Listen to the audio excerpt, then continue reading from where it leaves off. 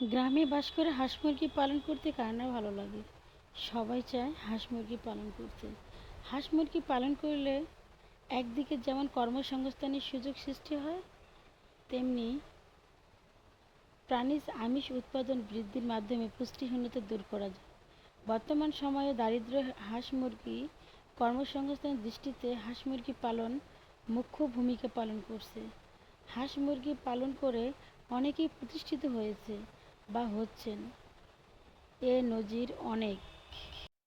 হাঁসের মাংসে যেরকম প্রোটিন ভালো একটা উৎস, এতে ভিটামিন ও মিনারেল যথেষ্ট পরিমাণে পাওয়া যায়।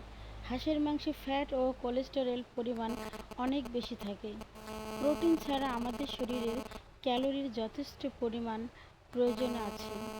শীতকালে ক্যালোরি বেশি পাওয়া যায় এমন খাবার শরীরের জন্য বেশি উপকার। হাঁস আমাদের সকলের পরিচিত একটি জলচর প্রাণী। সারা বিশ্বে প্রায় 120 প্রজাতির হাঁস রয়েছে। গ্রামের প্রকৃতির মাঝে যখন ঘুরে বেড়াবো, হাঁসের দোলাদোল হাঁস মুরগি নিয়ে যখন ঘুরবো, সত্যি এমনিতেই শরীরটা শীতল হয়ে যায়। হাঁসের মাংসের শরীর উষ্ণ এবং তার গরমকালের পরিবর্তন হাঁসের মাংস খাওয়ার জন্য শীতকালেই পছন্দের তালিকায় বেশি। হাঁসের মাংস কারা খাবেন না, কী পরিমাণ খাবেন সে সম্পর্কে জানিয়েছেন পপুলার মেডিকেল কলেজ হাসপাতালের প্রধান পুষ্টিবিদ নিশাত শারমিন নিশি। পুষ্টিবিদ নিশাত শারমিন বলেন, হাঁসের মাংস সুস্বাদু ও পুষ্টিকর খাবার। হাঁসের মাংস প্রোটিনের একটি ভালো উৎস, এতে ভিটামিন ও মিনারেলস যথেষ্ট পরিমাণে পাওয়া যায়। হাঁসের মাংস ফ্যাট ও কোলেস্টেরলের পরিমাণ অনেক বেশি থাকে।